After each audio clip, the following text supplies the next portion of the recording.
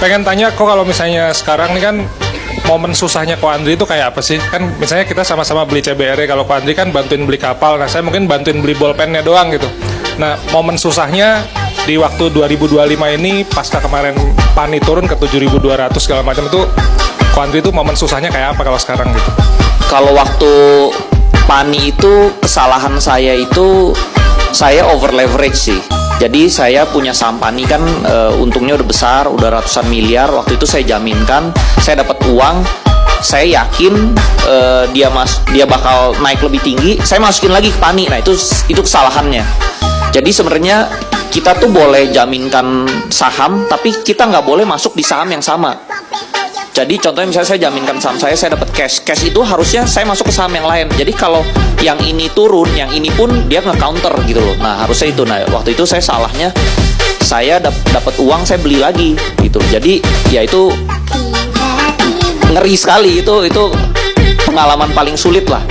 Paling sulitnya itu karena tiba-tiba ada berita tarif Trump, sama udah kena tarif Trump, udah gitu kena waktu itu pagar laut. Insiden pagar laut. Jadi sahamnya itu crash dari 19.000 dia crash ke 7.000. Nah tadinya 7.000 itu udah hampir for sale. Tapi saya ingat dulu waktu saya berbisnis itu motivasi saya itu selalu satu, di dunia ini tuh apapun bisa dinegosiasi.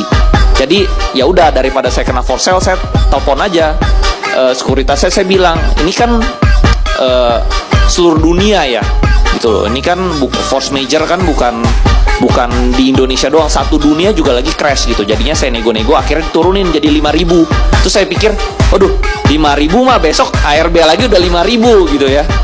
Terus saya masih waktu itu saya masih ada duit 18 miliar. Ya udah, saya beli aja sahamnya biar sahamnya naik sendiri gitu. Jadi saya naikin aja daripada saya terima nasib. Jadi saya orangnya, saya nggak suka nasib saya itu ditentukan orang lain gitu loh.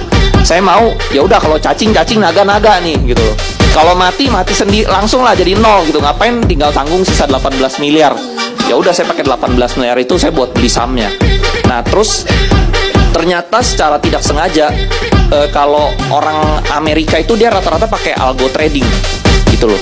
Jadi dia nge-trick saya melakukan pembelian saham PANI kan dalam jumlah besar dalam waktu yang sangat singkat, dalam waktu hitungan detik menit lah.